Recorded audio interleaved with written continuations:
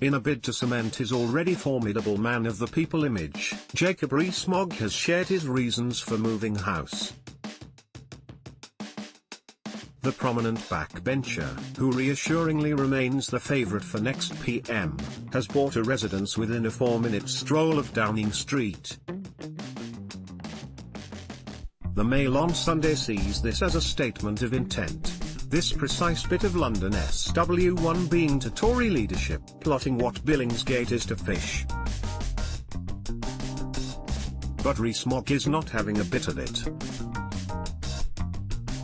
Even before denying to Undue Ma that he wants to succeed Theresa May, whom he convincingly praised as the most impressive PM ever, Moggy explained the purchase to the Mail on Sunday.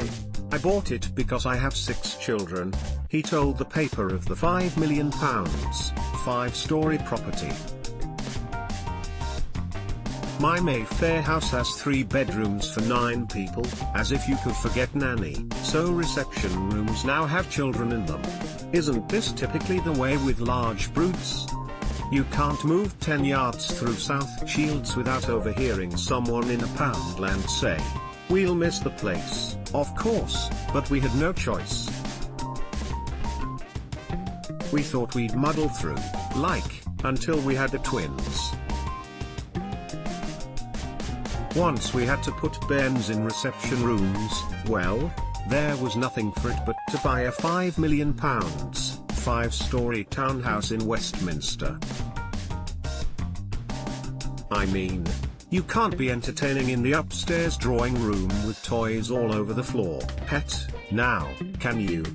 It isn't known whether the Moggies had to sell the Mayfair place or mortgage the Somerset stately to fund the acquisition, though on balance probably not. The couple's joint wealth is estimated at £100 million, with Jacob's portion coming primarily from his 20% stake in Somerset Capital Management, the investment fund he started, which now handles about £7.5 billion.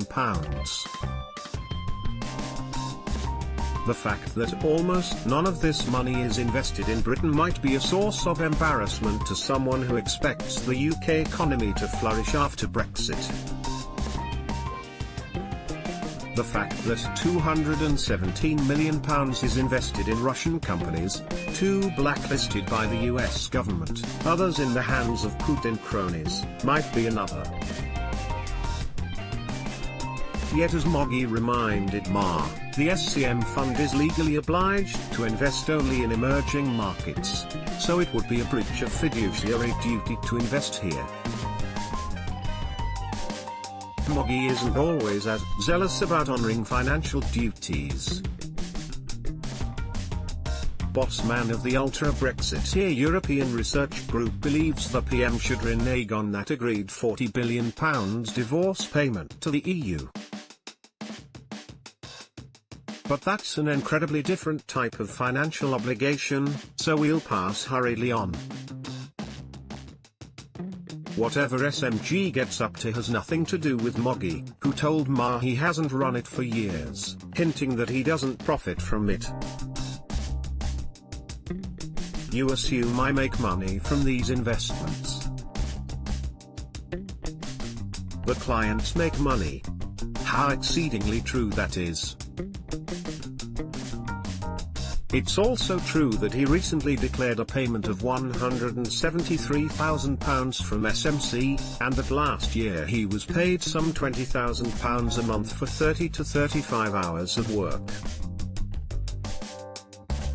But even if his aggregated yearly income came to about £400,000, that doesn't mean he was dishonest to suggest he doesn't make money, real money, from these investments. When the stamp duty on your new gaff runs to £700,000, it barely qualifies as piggy bank money. Anyway, even if Moggy makes peanuts from questionable Russian firms, so what? It's at least 9 weeks since he called on May to retaliate for the Salisbury poisonings by hitting Russia financially, and specifically, Russians with links to the Kremlin. so it would be absurdly pedantic to focus on ancient remarks made in a wholly different context. It would also be a shame were his reputation, like his idols in the White House, besmirched by Russian-related fake news. According to the Bank of England, Brexit has already cost every British family £900. Now more than ever, these families need a champion, and who feels their pain like Moggy, to whom £900 represents 2 post-tax hours working for the fund from which he made not a bean last year beyond that £400,000 and his share of any growth in its capital value? For those who revere his addiction to the simple truth, it was a brutal blow to hear him categorically deny to Ma that he wants to lead party and country. Not since Michael Gove offered to sign a similar declaration in his own blood has such a denial sounded so sincere. If the bookie's refusal to lengthen his odds suggests they're less convinced, that is their business. Moggy's business is championing the interests of struggling families, by setting an example that reception rooms must be freed from infants to fulfill their designated function. Yet again, his authenticity shines through the murky political vista like sunlight penetrating dirt grey sky. God willing, he can be persuaded to overcome that crippling lack of ambition and set his sights on yet another new Westminster home. It isn't just that Moggy sails serenely through the classic modern political test. Who would you want to have a bottle of 2010 Chateau Lafite Rothschild with down the pub? It's the gleaming lack of hypocrisy. If you can't trust a guy whose notion of punishing Russia financially is accepting pocket money emanating from investments in Russia, whose idea of honoring fiduciary duty is refusing to pay an agreed debt to Brussels, who the hell can you trust? More about Jacob Rees-Mogg Conservatives' Conservative Leadership Reuse content.